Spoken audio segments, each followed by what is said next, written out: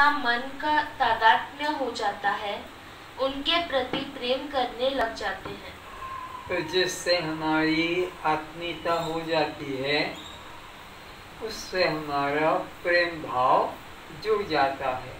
और जिससे हमारी आत्मीयता नहीं होती है, उससे हम विमुख हो जाते हैं, उदासीन हो जाते हैं, या उससे हम शत्रु भाव भी कर लेते हैं। जो हमारे मार्ग में रुकावट करता है, उसके प्रति द्वेष आ जाता है। जिस चीज को हम चाहते हैं, हमारे मन में ये हुआ कि ये प्लाट में खरीदूं, और मैं खरीदने जाता हूँ तो एक आदमी रुकावट डाल देता है, वो नहीं हमें खरीदने देता है, तो हमारे मन में उसके प्रति फिर क्रोध जगेगा। हम क्रोध जगेगा तो हम उसे हटाना चाहेंगे रास्ते से, फिर और आगे मारपीट या कुछ झगड़ा होगा। तो हम जिससे प्रीता करते हैं, वो वस्तु में कोई रुकावट करे तो उसके प्रति हमारे मन में क्रोध या शत्रुभाव जगता है। सामान्य लोगों के प्रति उदासीन भाव रखते हैं, क्योंकि उनसे हमारा कोई स्वार्थ सिद्ध होने वाला नहीं है। तो जिनसे हमारा कोई स्वार्थ सिद्ध होने वाला नहीं, उनसे हम सामान्य भाव रखते हैं, उदासीन होकर रहते हैं। शरीर व पंचभूतों का कारण कार्य संबंध है। शरीर का और पंचभूतों का कैसे रिलेशनशिप है, कैसा संबंध है कारण और कार्य का। जैसे कि यह जल और बर्फ, तो इसमें कारण कार्य क्या बन गया? कारण कौन बना? बर्फ का कारण जल, और जल का कार्य क्या बना? ऐसे ही घड़ा सुराही में इनका कारण क्या है? माटी है, और माटी का कार्य घड़ा सुराही। इसी प्रकार ये जगत का कारण परमात्मा है, और ये जगत उसका कार्य है।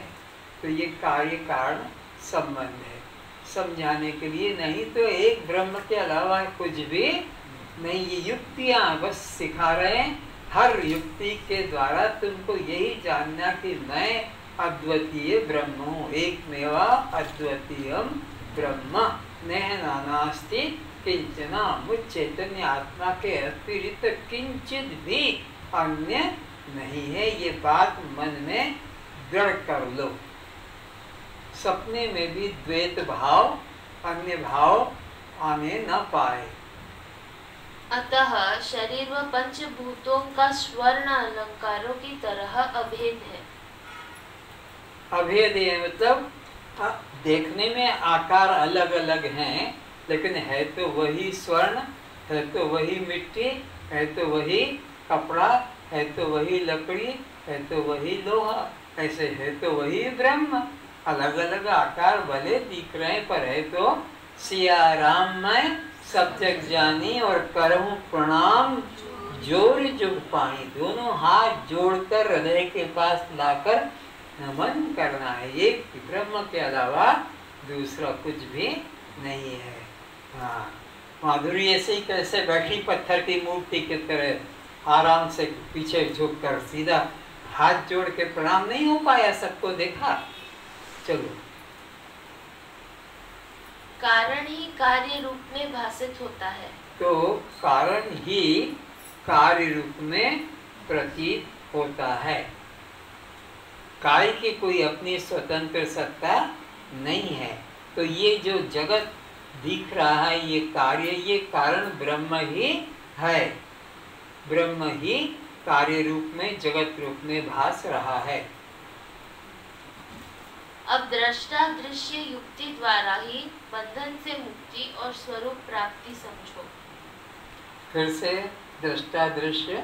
अब दृष्टा दृश्य युक्ति द्वारा ही तो दृष्टा और दृश्य की युक्ति द्वारा ही अपने स्वरूप की दृढ़ता करना है कि जो कुछ नाम रूप जगत दिखाई पड़ता है यह सब अनित्य, नाशवान, परिवर्तनशील, विकारी है और मैं उसका अविकारी, अपरिवर्तनशील दृष्टा, साक्षी आत्मा हूँ।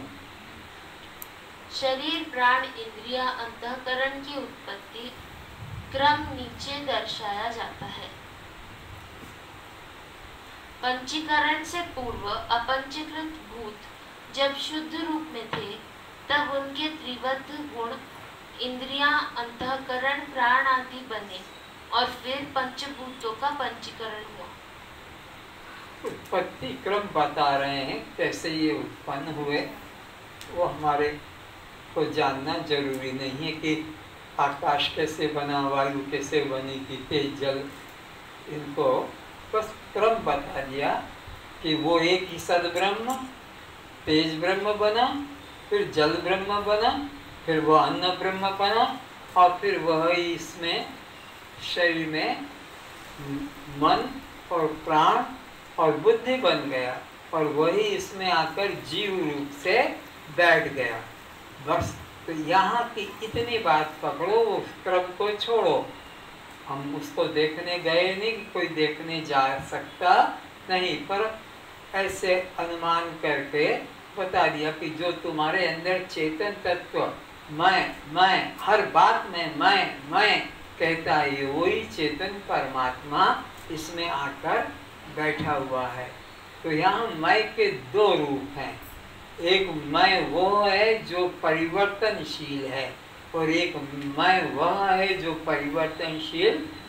तो ये जो परिवर्तनशील मैं दिन भर में 50 तरह से मैं होता है, कभी तो धनवान, कभी निर्धन, कभी अपने को दयावान, तो कभी कृपण, तो कभी प्रेमी, कभी क्रोधी, तो कहीं बाप, तो कहीं बेटा, तो कहीं भाई, तो कहीं माँ।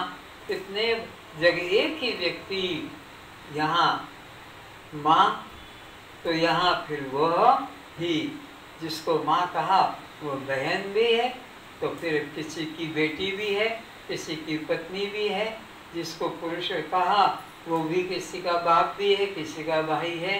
तो वो ये बदलने वाला मैं नहीं हूँ, बात बात में जो बदल जाता है। पर इस बदलने वाले को जो एक देखता रहता है, जो कभी बदलता नहीं। जागृत के सारे व्यवहार बदल गए, वो नहीं बदला। स्वप्न के सब दृश्य बदल गए, नींद टूटने पर वो वैसा ही रहा। सुषुप्ति भी आकर वह हट गई, पर वो नहीं बदला। बचपन बदल गया, किशोर अवस्था बदल गई, जवानी बदल गई, प्रौढ़ावस्था बदल गई, वृद्धावस्था बदल गई, पर वो नहीं बदला। वो जो का त्यों रहता है।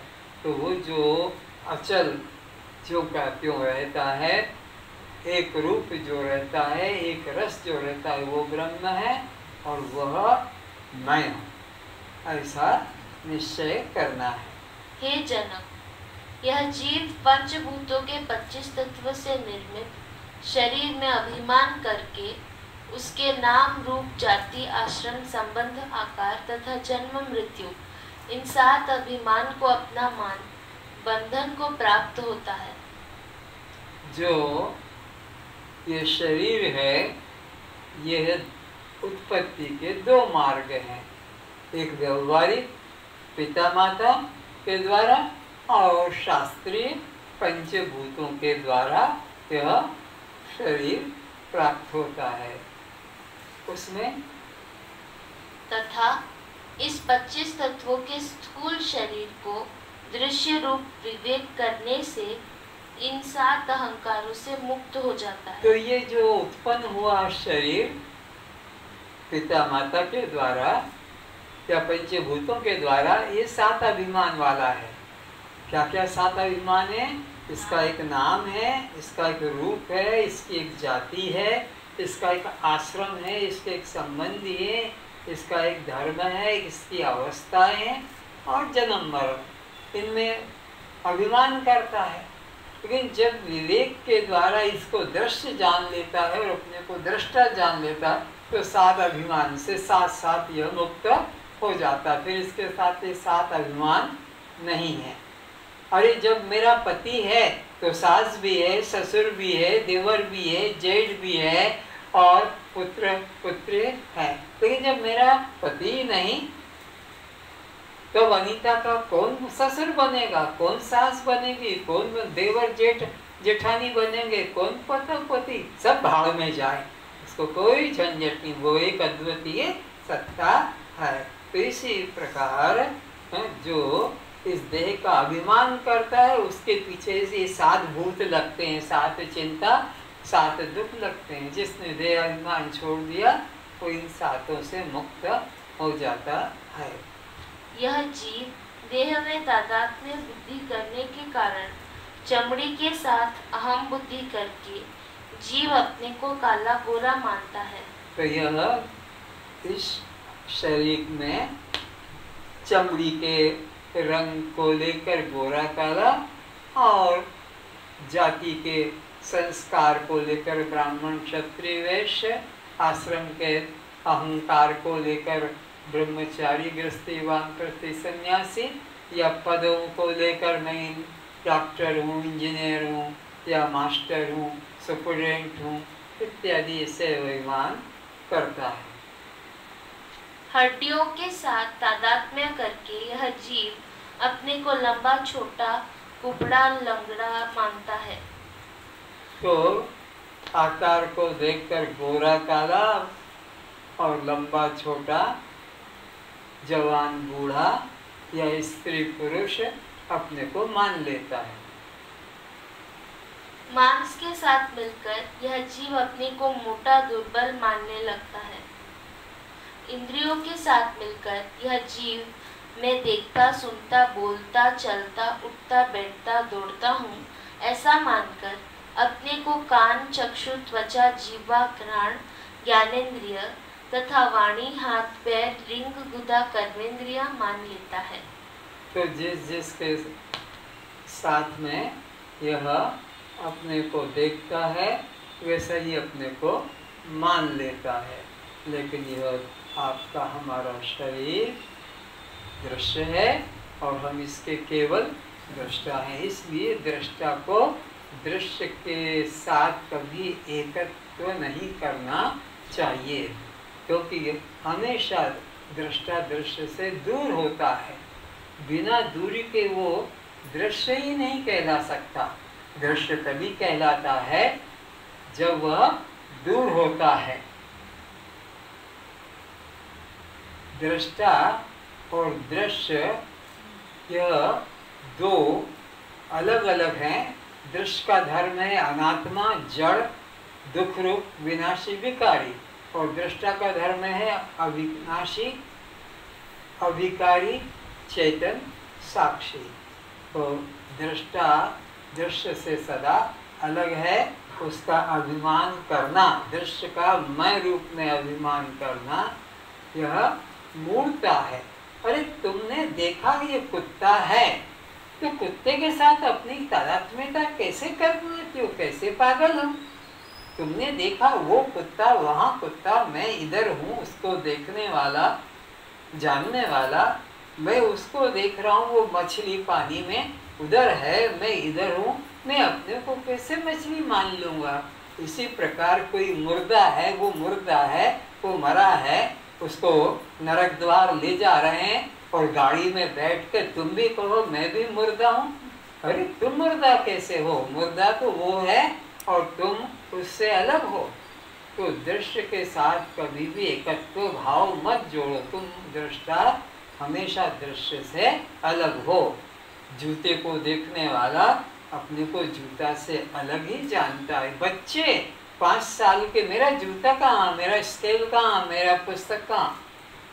वो अपने को पुस्तक, स्केल, जूता नहीं मानता। बच्चा वे अपने को जानता है। लेकिन ये बूढ़े लोग, मैं गोरा और मैं काला और मैं हिंदू, मैं मुस्लिम, मैं ब्राह्मण इत्यादि अहंकार करता है।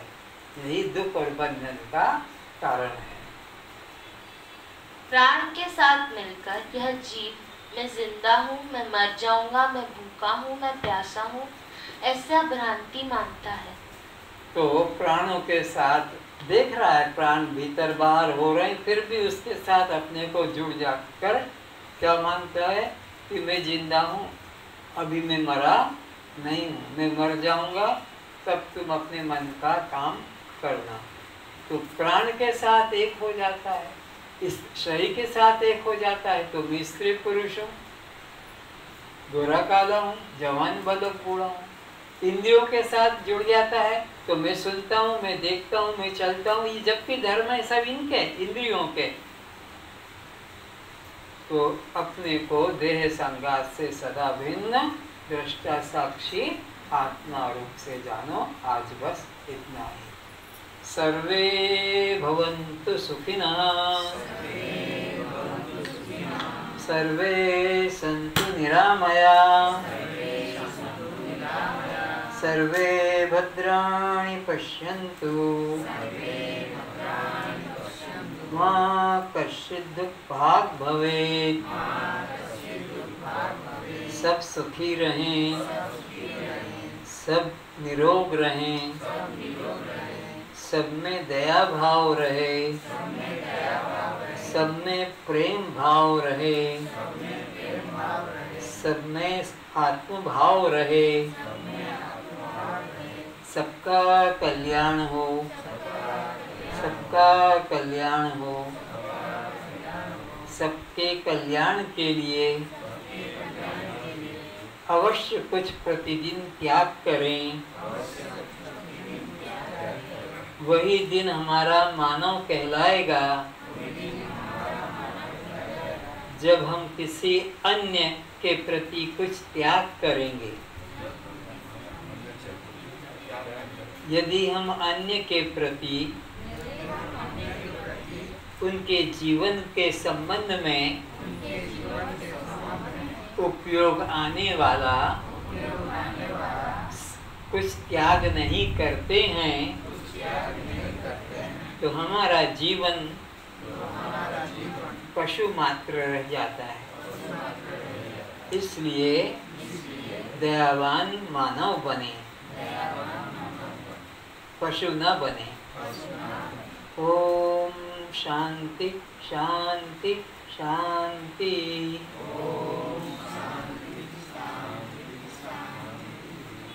सब में राम।